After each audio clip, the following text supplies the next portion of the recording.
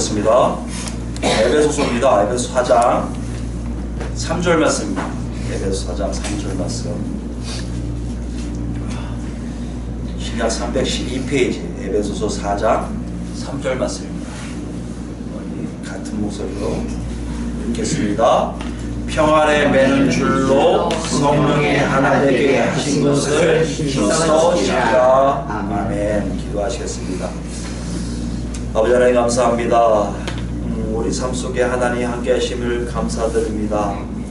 우리가 무뎌서 하나님을 찾지 못하고 연약해서 하나님 부르짖지 못하며 완악해서 하나님보다 나를 믿었던 모든 것들을 아신 하나님께서도 끝까지 포기하지 않고 우리를 붙잡아 주심으로 하나님의 자녀되는 것이 무엇인 줄 알게 하신 하나님, 이 시간에 주님께 간구하고 간구할 것은 하나님 말씀 속에 우리를 보게 하여 주시옵시고 우리 생각이 아닌 하나님 생각대로 사는 것이 무엇이며 그것이 하나님의 뜻 안에서 하나님의 인도하심 무엇이며 우리가 어떻게 가야 될 것임을 정확히 할 수 있도록 주여 인도하여 주시옵소서.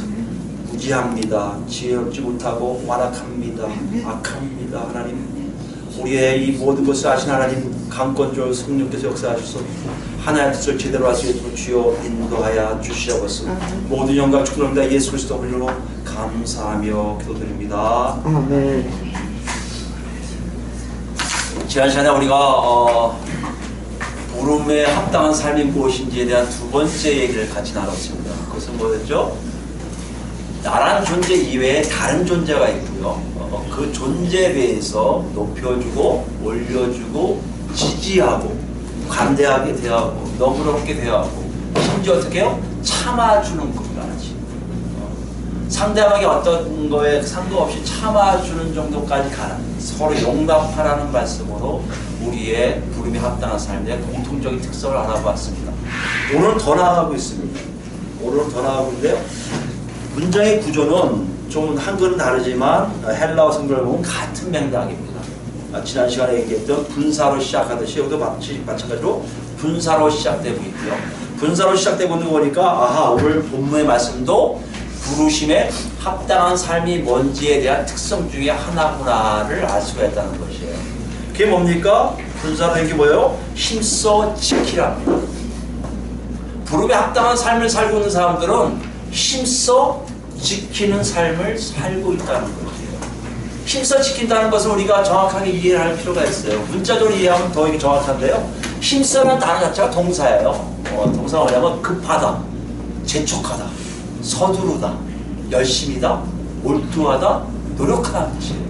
여러분 의미를 이렇게 보면 아시겠지만 뭔가가 급하고 우선적으로 처리하지 아니하면 잘못될 것 같은 느낌의 단어예요. 실제로 그렇습니다. 여기 힘쓰다는 얘기는 어떤 경우는 많은 노력, 너의 모든 노력을 다 기울여라, 근면하라, 성실하라 이런 다 이렇게 번역하는 책도 많은데 실제로 보면 이겁니다. 무엇인가 급하게 우선적으로 처리하라는 거예요. 그걸 뭐라고요? 그 다음에 지키라까지 연결되어 있죠. 지키라는 뭐예요? 무엇인가가 있는 것을 보호하고 유지하라는 거예요. 무엇인가가 있는 것을 보호하고 유지하라는 것을 다시 접목시켜서 힘써 지키라는 뜻은 뭡니까? 뭐예요? 우선적으로 우선순위를 두고 급하게 열심을 다해서 어떤 것을 보호하라는 거예요. 여러분 이렇게 생각하면요, 오늘 주신 말씀은 그동안 세 가지 중에 가장 강력하다고 볼 수 있어요. 겸손, 온유, 오래 참음은 우리가 갖고 있는 상대방에 대한 윤리적 덕목이라 한다면 서로 용납하라는 명령이지만 서로에 대한 개념이 있어요. 근데 이거는요, 내가 지금 이걸 우선적으로 하지 아니하면 안 될 정도로 강하게 명령하고 계신 것을 알 수가 있어요. 무슨 말씀이냐면 이 단어는 힘써 지키라는 이 단어는 우리의 구원과도 연결되어 있다는 것이에요. 구원을 받은 자들은 반드시 이것부터 행하라고 말씀하고 계시다는 거예요. 그러니까 여러분과 제가 힘써 지키라는 단어 나왔을 때 경계해야 돼요. 정신 바짝 차려야 돼요. 뭘 하라는 것이지? 이건 내가 알고 있어야 되는 건데 하고 시작해야 됩니다. 그게 뭡니까? 3절 뒤로 가고요. 하나 되게 하신 것을, 하나 되게 하신 것이에요. 하나 되게 하신 건 길지만 뭐요? 일치되게 하다, 하나 되게 하다 뜻이에요. 여러분 하나 되게 하는 게 먼저 여기 설명을 안 하겠는데 3장까지 내용에서 알 수 있잖아요. 예수 그리스도께서 죽으셨다가 부활하심으로 아버지 하나님과 사람들이 화해를 이루고 그러잖아요. 또 어떤 일을 했죠? 예수 그리스도의 죽으심과 부활하심을 통해서 원수 되었던 자였던 유대인과 이방인이 하나 되는 역사를 말합니다.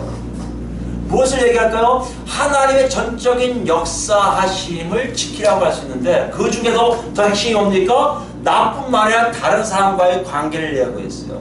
나뿐만 아니라 하나님과의 관계를 얘기하고 있어요. 나라는 존재보다 더 중요한 게 뭐예요? 하나님과 관계예요. 나보다 더 중요한 관계가 뭐라고요? 나 말고 다른 사람들과의 관계. 심지어 뭐까지요? 원수 되었던 자들이 주 안에 왔을 때 그들과 어떻게 하라고요? 하나 되는 작업을 하라는 겁니다. 사실 이걸 들으면요, 많은 사람들이 지식적으로 알아요. 많은 경우가 있습니다. 예수 믿는 분들도 그래요. 심지어 신학자들이나 목사들도 그렇게 얘기를 많이 합니다. 이게 신학적으로 이렇게 얘기하면 벌써 지식적으로 전달되거든요. 근데 그 지식적인 것이 아니라는 것을 강조하세요. 머릿속에 들어있는 A 플러스 B는 C라는 논리성이 아니라는 것을 강조하고 있어요. 이거는 실제 상황이라는 것을 강조하고 있다는 거예요. 누구요? 바울 사도가요. 그럼 어떻게 할 수 있습니까? 앞에 뭐라고 했어요? 주어가 성령이, 성령께서 하나 되게 하신 것이에요. 아니 여러분 생각 지금 얘기했지만 성령께서 하신 얘기는 없어요. 성령께서 하신 게 아니라 누가 했다고요? 아버지께서 아들을 죽게 하시고 부활시키심으로 그렇게 만드신 거 아니에요.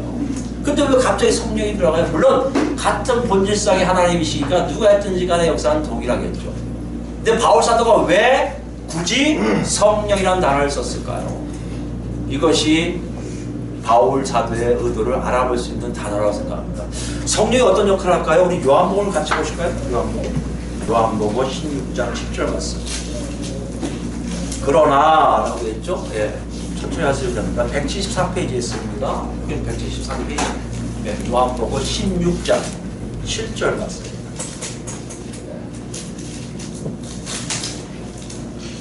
다 찾으셨죠? 네, 제가 읽습니다. 그러나 내가 너희에게 실상을 말하노니, 실제 사건을 말하노니 내가 떠나는, 예수님이 이 땅에서 떠나는 것이 너희에게 유익이라, 너희에게 좋게 될 것이다. 왜냐하면 내가 떠나가지 아니하면 보혜사가, 또 다른 돕는 이, 예수님이 도와주셨던 일들을 할 또 다른 보혜사가 누굽니까? 성령님이 너에게 오시지 아니할 것이요 가면 내가 그를 너에게로 보내리니. 성령께서 이 땅에 역사하고 계시다는 일이 뭡니까? 그런 적이 하면 예수님이 부활 승천하신 걸 얘기해요. 부활 승천한 것이 여러분 지식입니까? 지식이 될 수 있지만 실제 사건이라는 거예요. 그 실제 사건의 증명이 뭐라고요? 성령이 이 땅에 내려오셔서 어떻게 해요? 성령을 통해서 뒤집어진 사람들을 통해서 간증하신다는 거예요. 그러니까 성령이 하나 되게 하셨다는 의미는 지식적으로 여러분 얘기하는 게 아니라 신학적으로 얘기하는 게 아니에요. 지금 우리 눈앞에 지금 보이고 있는 거예요. 우리가 누구라면요? 우리가 성령을 통해서 거듭난 자들이라면. 여러분 이해되세요? 성령은 그걸 강조해요. 근데 성령은 또 어떤 분이세요? 13절 보시면 13절부터 보시면 그러나 진리의 성령이 오시면 그가 너희를 모든 진리 가운데로 인도하시리니 그가 스스로 말하지 않고 오직 들은 것을 말하며 장래일을 너희에게 알리시리라. 스스로 얘기하지 않는 얘기는 누구 걸 가지고 하신다는 얘기예요. 근데 그게 누구 거예요? 10절에 보면 그가 내 영광, 예수의 영광을 나타내니 내 것을 가지고 너희에게 알리시겠습니다. 성령이 오셔서 하신 일은요, 예수가 갖고 계신 것들을 다 말씀하세요. 성령이 스스로 말씀하시는 게 하나도 없어요. 성령을 통하면요 예수를 정확하게 알게 되고요, 예수를 정확히 알게 하면 뭐합니까? 15절 보세요. 물은 아버지께 있는 것은 다 내 것이라 그러므로 내가 말하길 그가 내 것을 가지고 너에게 알리시려 하였노라. 이게 무슨 말입니까? 그러면 성령께서 하시는 곧 아버지 뜻이에요. 이게 정확하게 이해가 돼야 됩니다. 무슨 말씀이면 성령이 하나 되게 하셨다는 얘기는요, 논리적으로, 지식적으로, 학문적으로 하나님이 그렇게 하셨습니다. 여러분 아셨죠? 그러니 거기에 맞춰서 우리 삶을 좀 조각해 봅시다가 아니라 실제 우리 눈에 성령을 통해서 거듭난 사람들의 모험이라면 이 안에서 성령을 통해서 하나님의 뜻이 제대로 이루어지고 있음을 강조한다는 거예요. 머리가 아니라 눈으로 본다는 거예요. 머리가 아니라 몸으로 느낀다는 거예요. 이것이 여러분 굉장히 중요한 메시지가, 왜냐면 눈으로 보고 몸으로 느끼니까 뭐 할 수 있다고요? 보호하고 유지하려고 애쓸 수가 있잖아요. 우선순위를 둘 수 있잖아요. 여러분과 제가 이게 존재하지 않으면 지키라는 말을 가능합니까? 못 지켜요. 보호할 수가 없어요. 그럼 찾아야죠. 이게 어딨죠? 이것도 찾아내야 되잖아요. 근데 여기 있으면요, 이렇게 잘 지키고 있으면 되는 거예요. 이해되시겠습니까? 그래서 성령이 하나 되게 하신 것이라고 바울 사도가 표현하고 있다는 것이에요. 그럼 여러분 여기서 질문이 나가야 돼요. 여러분과 저는 정말 보고 있습니까? 체험하고 있어요? 성령께서 여러분과 저를 하나 되게 묶고 있는 작업들을 보이십니까? 그럼 여러분과 저는요, 그것부터 지키셔야 돼요. 예수 믿는 게 우리는 내 자신이 잘 되고 뭐가 이렇게 이 땅에서 뭔가를 좀 잘 되고 오래 살고 건강한 것이 예수 믿는 것이라고 착각하는 사람 참 많은데요. 그거는 하나님 안에서 주고 싶은 사람 주고 아닌 사람은 안 주세요. 근데 뭐가 있냐면요, 오늘 주신 말씀처럼 이 말씀은 동일하게 역사했어요. 네가 정말 예수를 그리스도로 고백했니? 그럼 네 삶이 지금 어떤지 알아? 네 앞에서 하나님의 뜻이 성령을 통해서 펼쳐지고 있는데 그 펼쳐진 것을 지키려고 네가 노력하고 있을 거라는 거예요. 그럼 어떻게 할 수가 있을까요? 다시 보도록 하겠습니다. 3절 보시면요, 성령이 하나 되게 하신 것을 알게 하기 위해서 참 저는 모르겠어요. 저는 제가 이게 성경을 연구하면 연구할수록 감탄할 수밖에 없는 게, 바울 사도가 천재이거나 정말 바울 사도의 속에서 역사한 성령님이 기가 막히시다는 얘기할 수밖에 없어요. 성경을 통해서. 왜요? 평안에 매는 줄로라고 쓸 수 있을 정도의 바울 사도의 머리는 천재고요. 그 천재가 아니라면 바울 사도에게 그렇게 하게끔 역사하신 하나님의 놀라운 논리성이 좀 감탄할 수밖에 없어요. 많은 사람들 하나님은 논리적이 아니라고 생각하는 사람 많아요. 감성으로 얘기하는 사람 많은데요, 천만만만한 말씀이세요. 하나님의 논리성은요 세상 사람 누구도 따라갈 수가 없어요. 그분의 논리 앞에 우리는 납작 엎드릴 수밖에 없는 거예요. 그 논리를 얘기하지 않으니까 사람들은 자꾸 감성에 호소하는 거예요. 믿으면 마음 되는데 안 해요. 하나님 절대 믿으시더라, 믿으시더라 이거 안 해요. 하나님은 논리적으로 보여주세요. 그게 뭐예요? 평안에 매는 줄이에요. 평안에 매는 줄. 이게 뭡니까? 매는 줄이 왜 매는 줄이요? 매는 줄은 다 알잖아요. 그냥 묶는 거 아닙니까? 근데 매는 줄은 누구하고 묶어요? 2개 이상을 묶을 때 쓴다고요. 2개 이상. 2개 이상을 이렇게 서로 연결시켜주는 이음새, 끈, 아니면 사슬, 뭐 찾고 이런 것들 얘기해요. 연결 부분, 접합 부분 이런 것들 얘기할 게 뭐라고요? 매는 줄이에요. 그러니까 여러분을 지금 하나 되게 하는 역사가 지금 우리 안에 있다는 것은 뭐예요? 끈이 있다는 거예요. 매는 끈이 있다는 거예요. 그게 지금 둘이 안 보일지 모르지만 그걸 얘기하고 싶은 거예요. 사도 바울 중에서 하나님이 서로 각자 매는 줄이 있어요. 누구에게만요? 성령을 통해서 거듭난 사람들. 만약에 여러분 성령을 통해서 거듭난 사람들 있으면요, 끈이 보일 겁니다. 여러분 끈이. 근데 그 끈이 뭐라고요? 평화예요. 그게 평화란 말이에요. 평화는요, 눈에 보이게 하시는 역사입니다. 평화는 여러분 뭐예요? 에이레네. 많이 듣던 얘기입니다. 전에 나왔잖아요. 구약의 샬롬. 헬라인들은 이 에이레라는 단어를 하면 딱 한 가지만 뭐 사색적인 내용으로 읽을 수도 있고요. 전쟁 중에, 전쟁이라잖아요. 전쟁하면 옛날 고대에는 아야, 이번에 우리가 뭐 하니까 부상자 좀 데려갈게, 좀 가봐, 우리 휴전하자. 그러면 몇 시간 동안 휴전을 해요. 전쟁 중에 막 서로 얼굴 보면서 피 튀겨가면서 칼로 싸우던 사람들이 조용하고 칼을 내려놓고 각자 자기 동료들을 데려가는 이 장면이 뭐라고요? 그게 평화예요. 에이레네요.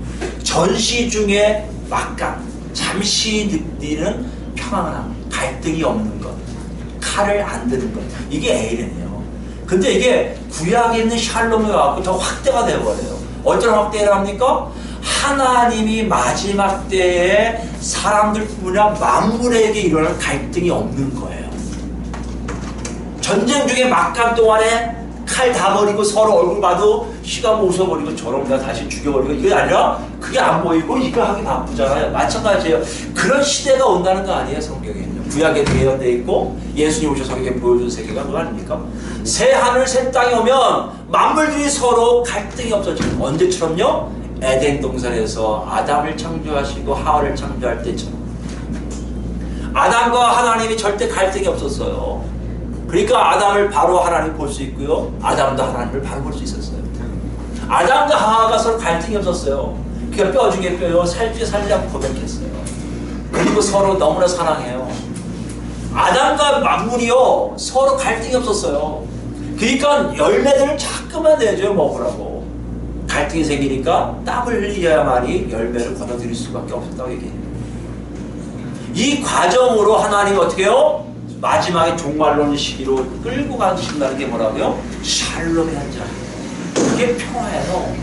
어떻게 보면 그 평화는 사랑과 연결될 수 있어요. 사랑의 관계를 갖고 있는 사람들만이 누리는 게 뭐라고요? 평화이기 때문입니다. 그 평화가 지금 하나님 자녀들 성령을 통해서 서로 묶인 사람들 사이사이에서 보인다는 거예요.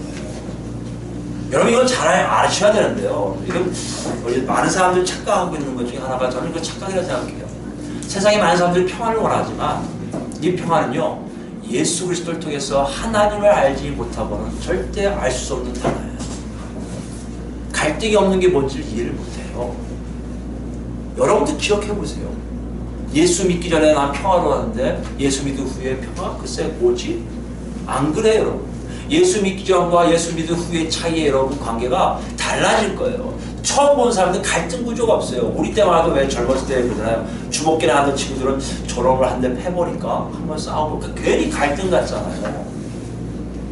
이런 마음들이 예수 믿는 다음에 주먹이 있어도 그런 생각을 안 합니다. 저 사람하고 사귀어보고 싶네. 가서 얘기해보고 싶네.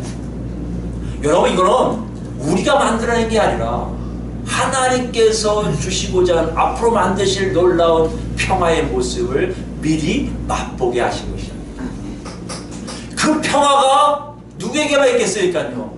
예수 그리스도를 믿는 사람들, 예수 그리스도를 통해서 아버지 자녀가 된 사람들, 예수 그리스도를 통해서 성령의 묶음을 통해서 교회 안에 들어온 사람들만이 누리는 놀라운 혜택이요 놀라운 상태라는 겁니다. 그게 뭐라고요? 평화예요. 근데 그 평화가요 아까 얘기했지만 눈에 몸으로 느낄 수가 있다는 거예요.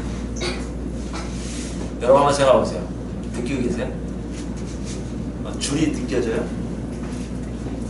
제가 아까 시작에 인사드렸잖아요. 저만 인사하면 되겠죠? 그렇지만 여러분 인사를 안 해도 다 흔히 있어요. 그리고 저분을 만나도 아무렇지 않아요. 그래서 남이니까 아무렇지 않은 게 아니라 남인데 관심을 가면서도 아무 갈등이 없는 관계들. 이게 평화예요. 이 평화를 하나님이 교회를 통해서만 맛보게 하시고 있는 것인데 이 맛보고 있는 것을 어떻게 하나? 급하게 우선적으로 지키라고 말씀하세요. 이걸 유지하라는 거예요. 이걸 유지해야 된다는 의미는 무슨 말씀입니까? 교회를 통해서 하나님의 지혜를 전 세계에 펼치실 건데 그 평안이 없는 교회는 하나님의 역사의 교회가 아니라는 거예요. 왜요? 마지막 시대에 말세에 가서 하나님이 완성할 나라에는요 평화가 넘칩니다. 그 샘플이 지금 교회 안에서 자꾸 주어져야 될 텐데 교회 안에 없으니까 안 되거든요. 여러분 잘 기억하셔야 돼요. 많은 분들이 교회를 착각하고 있어요. 많은 분들이 뭐라고 얘기하면요 교회는 원래 그런 곳이에요. 싸움이 있는 곳이에요. 질투가 있는 곳이에요. 병과 같이 병자들이 많은 곳이에요. 그건 아니에요 여러분. 그 인간들이 생각하는 사람들의 모임이에요. 하나님의 모임, 하나님 나라, 교회는 거룩한 곳이기 때문에요 싸움이 없고요 서로 갈등이 없고요 서로 애쓰며 서로 이것을 지키려고 하는 모임이지 시기 질투하는 것이 아무렇지 않게 나오고 해코지하고 몰래 다 얘기해요. 뒷담화하는 편이잖아요. 뒷담화하고 저 사람 저러니까 저렇게 했지. 에이고 저 남자가 돈이 많은가 봐 여자가 돈이 많은가 봐 커플 아름다워 괜히 신기하고 그것이 아무렇지 않게 교회라는 이름으로 괜찮다고 얘기하는 사람들이 많은데 여러분 착각하지 마세요. 하나님의 교회는요 정말 성령을 통해 평안으로 매는 줄로 하나 되는 놀라운 현장이에요. 분명한 건 그런 모임은 반드시 존재한다는 거예요. 왜요? 성령님이 내려오셨고요. 성령을 통해서 거듭난 사람들이 분명히 있고요. 그 거듭난 사람의 모임이 분명히 있기에 그런 평안의 역사는 반드시 있다는 거예요. 문제는 뭡니까? 우리에게 없다면 우리가 문제라는 거예요. 우리가 문제라는 거예요.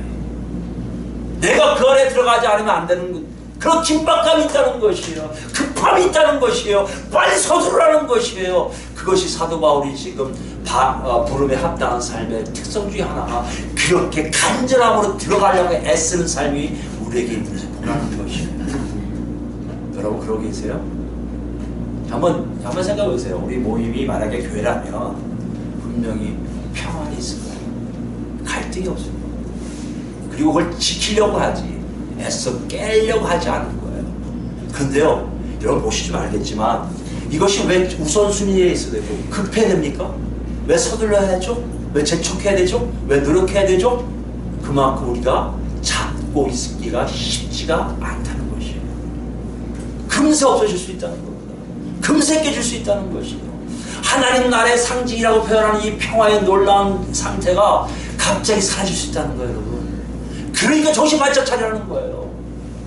여러분 그것이 왜 자꾸 없어질까요? 지난 시간과 지난 시간에 힌트가 있어요. 지난 시간 지지하신 뭐죠? 상대방을 향해서 겸손하고 오묘하고 오래 참으세요. 그러잖아요.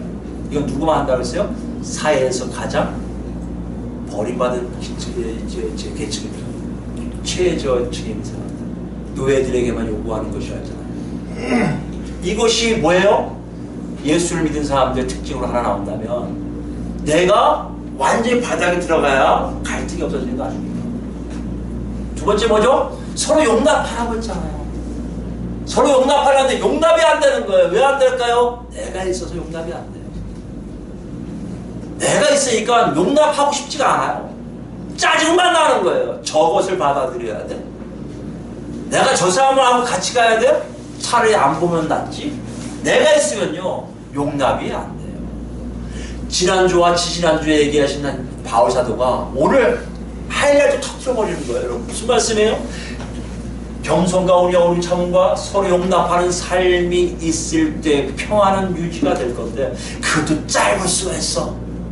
긴장해야 돼. 너희들 반드시 지키려면 이것이 안 없어지려고 애써야 돼. 그럼 어떡하냔 말이에요. 여러분 이것이 질문이 돼야 됩니다. 하나님께. 하나님 어떻게 해야 돼요? 우리 고린도전서를 통해서 한번 힌트를 얻읍시다. 고린도전서 12장을 보시면요. 고린도전서 12장 보시면 여러분 아시겠지만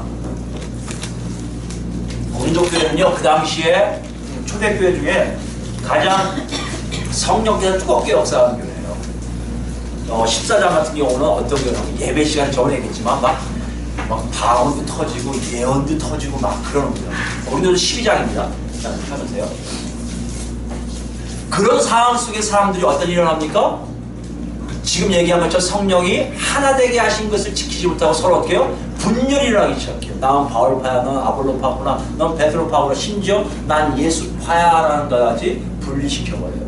그러면서 뭘 강조합니까? 나는 똑똑하니까, 우리는 능력이 있으니까, 이런 식으로 자꾸 자기들을 주장하기 시작한 거예요. 바울 사도가 그걸 알고 니들 잘 들어라.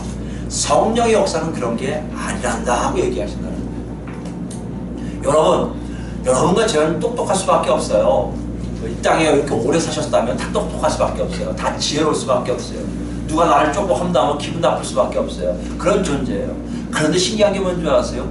예수님이 말씀하신 예수 믿고 후에는요 네가 아무리 똑똑해도 미련한 자가 더 지혜롭지 못할 수 있다는 거예요. 왜요? 미련한 자는 하나님을 쫓아가거든요. 잘 들으셔. 여러분과 내 안에 지혜가 있다고 생각하십니까? 그래서 남이 보이고 남이 볼 때마다 우습게 합니까? 그 사람을 무시하고 멸시하고 용납 안 해도 될 것 같습니까? 겸손, 온유 이런 나한테 세대에 안 된다고 생각하십니까? 여러분 잘못 생각하고 계신 거예요. 그렇게 되면 절대 평안이 여러분 사이에 보이지가 않은 거예요. 사도 바울이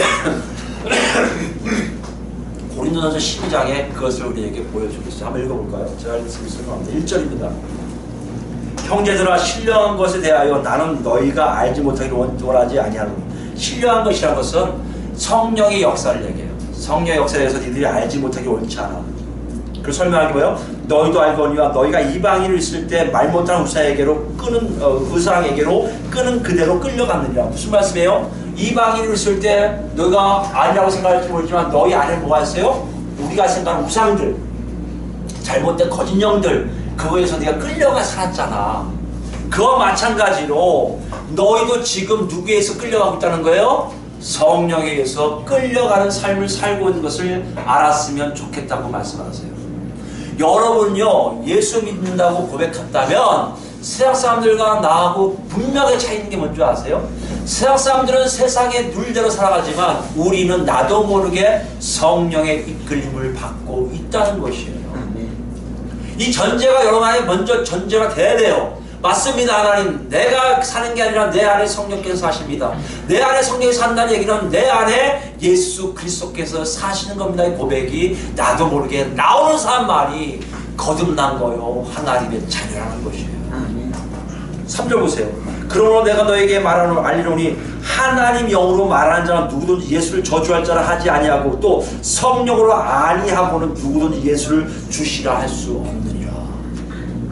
이해되세요? 여러분 정말 그냥 상식, 그냥 일반적으로 예수 뭐 믿어요, 예수 내 주예요, 이런 게 아니고 자기도 모르게 예수를 주로 고백할 수밖에 없는 분들은 무슨 말씀이에요?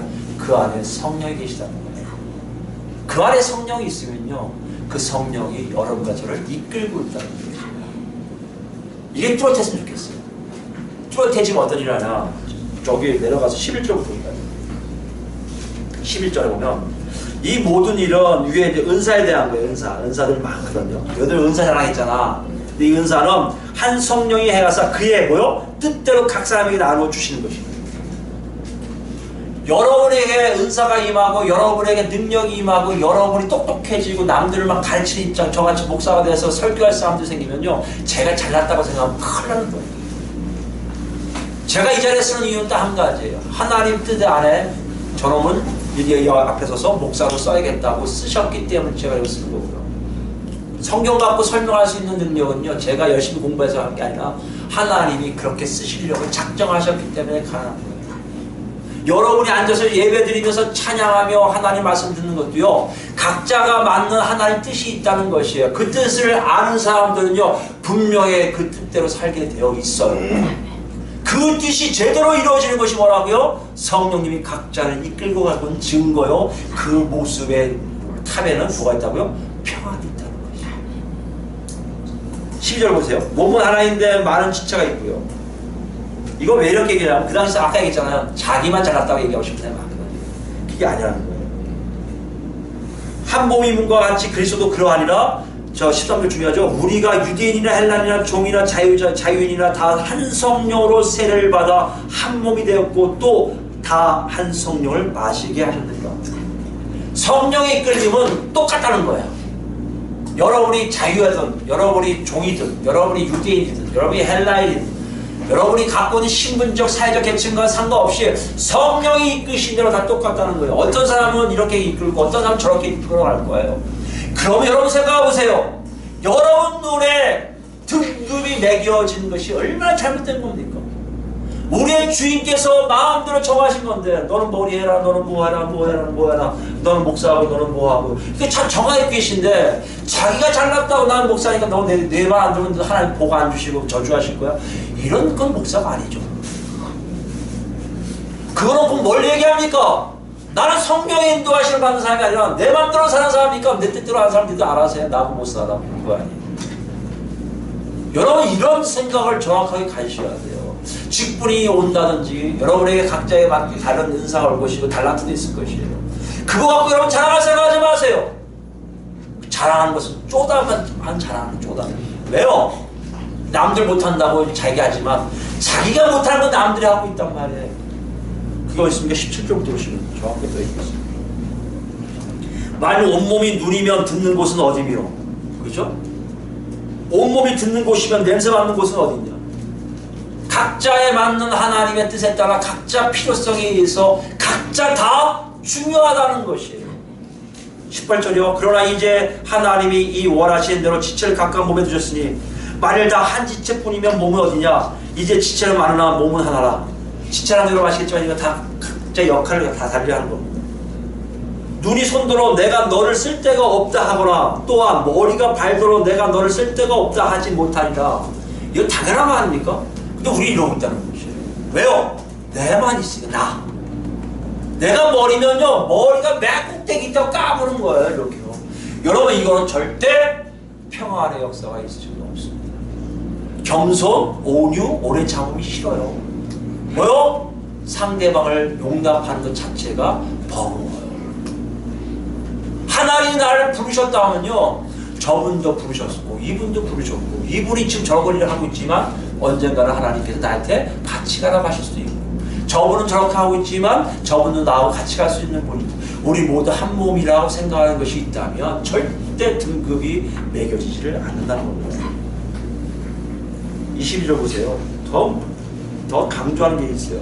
그뿐 아니라 더 약하게 보이는 몸의 지체가 도리어 욕이 나고 사람들 눈에는 더 쓸모가 없을 것 같은데 그거 없으면 안 되는 더 욕이나 있으고요.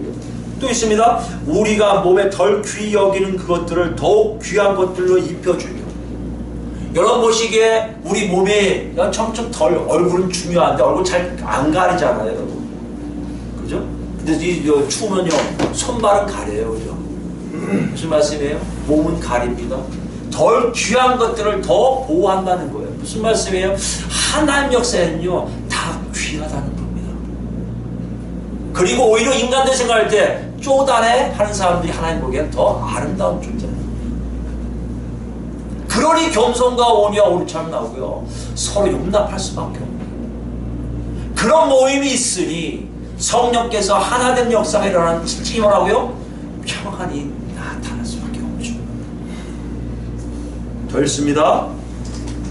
24절입니다.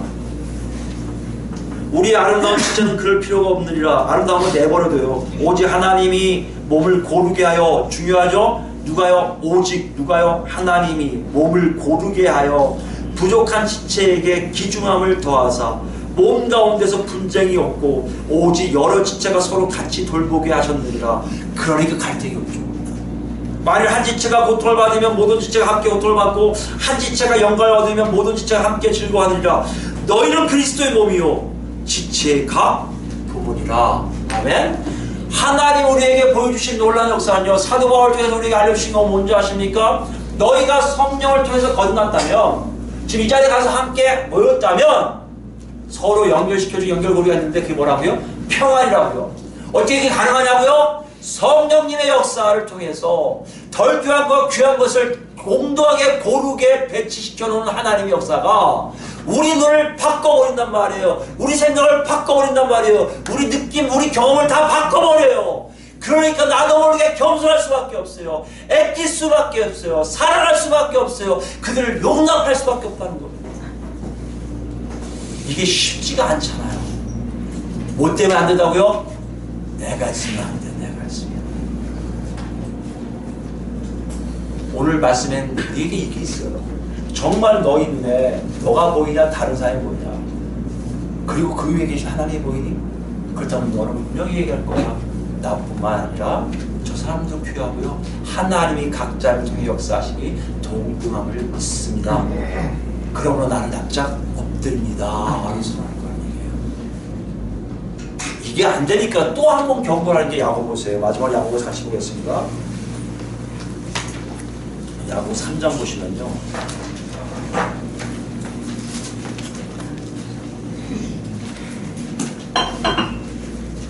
사실 예수를 믿으면 모르겠습니다만 제 경험상 보면 올라가고 싶어요. 그래서 직분도 빨리 받고 싶어요. 누가 형제자매 하는 게 약간 웃길 때가 있어요. 형제자매가 그럼 어떻게 해요? 그럼 빨리 직분 받으라고 하잖아. 옆에서. 그러니까 직분 받으라고 했잖아. 나이에 걸맞게 받으라고 했잖아. 이게 우리가 갖고 있는 교회 생활의 모습이에요. 그럼 결론적으로 뭡니까? 높아지고 싶어요. 높아지는 것이 뭔지 아십니까? 누구한테 뭔가를 가르치는 걸 얘기해요. 높아져서 가르치고 싶어해요.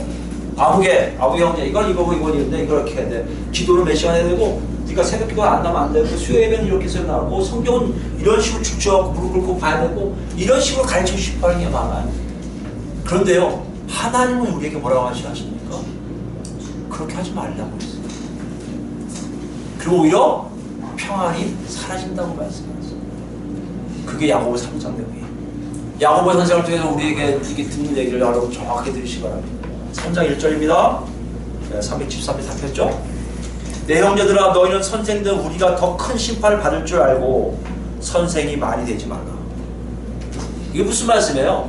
가르치는 자가 되지 말라는 거예요. 예수님도 말씀하세요. 야 너희도 선생 되지 마. 선생은 단 한 분이야. 하나님 한 분만 선생님이야. 나머지는 다 제자예요. 다 배운 사람들이에요. 저도 여러분 하나님이 교사로 성경교사로서 부르셨지만 성경교사는요 성경 가르칠 때 뿐이고요 내려와서는 동일하게 여러분과 저도 하나님 앞에서 배워야 돼요. 삶이 달라져야 돼요. 그걸 얘기해요. 왜 언제 아세요? 이거 한 사람은요 더 큰 심판이 있다고 해요. 그리고 얘기합니다.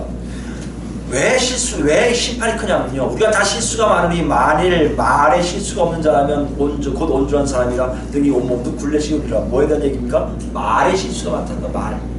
입을 통해서 실수를 많이 한다는 거예요. 그래서 함부로 가르치는 자가 되지 말라는 겁니다. 가르침이 얼마나 어려운지 아니? 가르치면 네 입에 재갈을 물려야 돼. 왜? 네 입에서 나오는 얘기가 곧 하나님 얘기인 줄 알고 착각하기 때문이야. 하나님 그렇지 않아. 이 얘기하세요.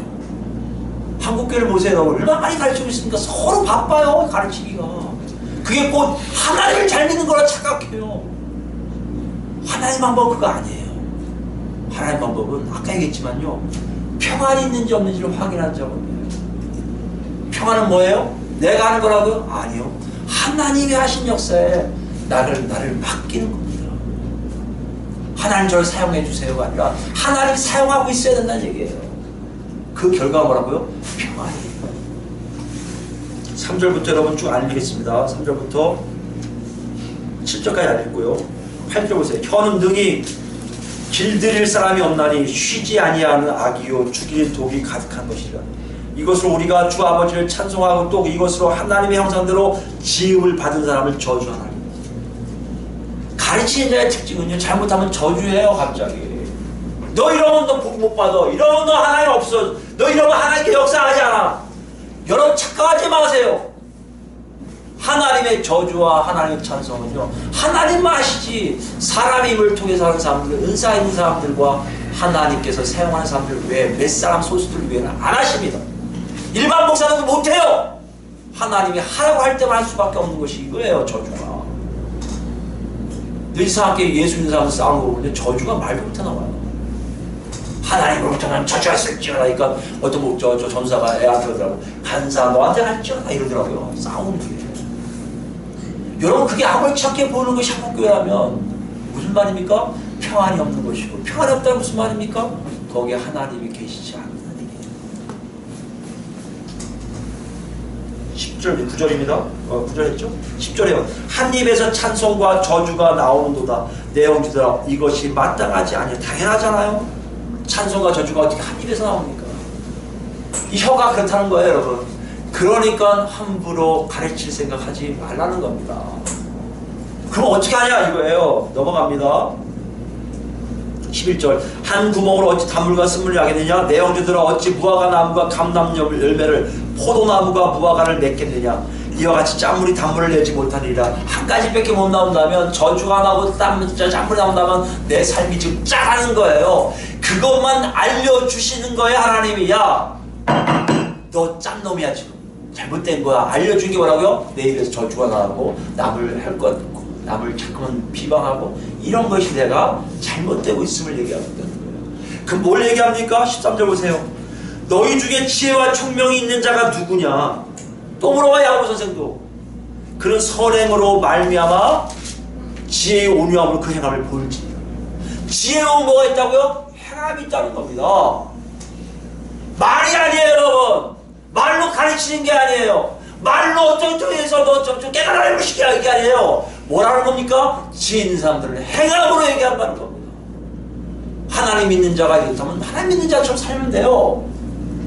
기도를 원하십니까? 기도하시면 돼요. 우리 교회 기도가 부족하다면 여러분 오셔서 기도하세요. 누가 뭐라든. 우리 교회 성경 공부 부족한다고요? 같이 뭐 성경 공부하시면 되는 거예요. 행함이 중요합니다. 행함으로 하나님께서 얘기하세요. 이것이 하나님의 역사입니다. 성령의 역사예요. 그런 곳에는 평안이 내는 줄로 역사하신다는 겁니다. 14절이에요. 그러나 너희 마음속에 독한 시기와 다툼이 있으면, 이해되세요? 여러분 마음속에 시기와 다툼이 있으면요, 입을 다물라는 거예요. 자랑하지 말라. 진리를 거슬러 거짓말하지 말라. 여러분 상태를 할 거 아닙니까? 나도 모르게 이렇게 막 우쭈빼기 하고 짜증이 나고 막 있으면요, 하는 거 같습니다. 왜요? 이러한 지혜는 위로부터 내려온 것이 아니라고요? 땅 위의 것이요, 정욕의 것이요, 여기는 귀신의 것이라고요. 개혁에는 마귀의 것이라고. 내 안에서 시기와 질투가 나와서 얘기하고자 하는 내용들은 하나님 주신 지혜가 아니에요. 그거는 그 사람을 아프게 하려고 하는 이 땅 것의 모습이에요. 이 땅의 모습 뭡니까? 자기를 나타내는 거 아닙니까? 자기를 높이는 거 아니에요. 지혜롭게 여길 수도 있어요. 내가 저 사람을 훈계하니까 저 사람이 나한테 배워야지. 지혜롭게 여길 수 있지만 그 안에 시기와 질투가 있다면, 다툼이 있다면 그것은 거짓말이요, 하나님 앞에 옳지가 않은 일이에요. 자 보세요. 16절. 시기와 다툼이 있는 곳에는 뭐요? 혼란과 모든 악한 일이 있으리라.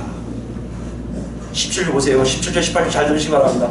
오직 위로부터 난 지혜는 첫째 성결하고, 다음에 평화예요. 화평하고, 보세요. 관용해요. 용납하죠. 양순 온순하죠. 긍휼 베풀죠. 선한 열매가 가득하고, 뭐가 없다고요? 편견과 거짓이 없나니. 하나님 주신 것은 달라요. 여러분, 내가 만드는, 세상이 만드는 것과 하나님 주신 것이 다른 이유가 뭔지 아십니까? 센말 나올 것 같은데 센말 나오잖아요. 부부싸움 하려고 센말 나오고 싶은데, 욕하고 싶은데 쑥 나와요. 순한 말이 나와요. 하나님의 역사함이 여러분 분명히 있으면 하시기 바랍니다. 하나님은요, 얼마나 세미한 줄 아세요? 엄청나게 세밀하게 우리를 간섭하세요. 그 순간순간 하나님의 역사하심을 체험한다는 것은, 여러분 입 다물고 누구를 가르칠 생각하지 마시고 하나님과 여러분 관계를 돈독하게 하는 것밖에 없어요. 여러분과 하나님 관계가 돈독해지면 여러분이 바뀌기 시작합니다. 온순해져요. 겸손해져요. 오래 참아요. 우리 본문에 얘기했던 거. 용납하게 돼요. 남 앞에 모든 것을 다 내려놓기로 합니다. 인정하기로 해요. 잘 될 거예요. 관대하게 되어 있어요. 그런 사람들이 어떻게 한다고요? 18절 보세요. 화평하게 하는 자들은 화평으로 심어 의의 열매를 거두리라. 자기 마음속의 삶이 아니라 하나님과 관계를 통해서 나가는 거예요. 뭐가 나가요? 기쁨이 나오고 평안이 나간다는 것입니다. 여러분 오늘 본문 말씀은 간단해요. 우리 현재 위치에 있는 그 평안을 지키라고 얘기하세요. 근데 여기 알고 보니까요, 그 평안이 지키기가 쉽습니까? 어려워요. 어려우니까 먼저 최우선순위에 두라는 겁니다.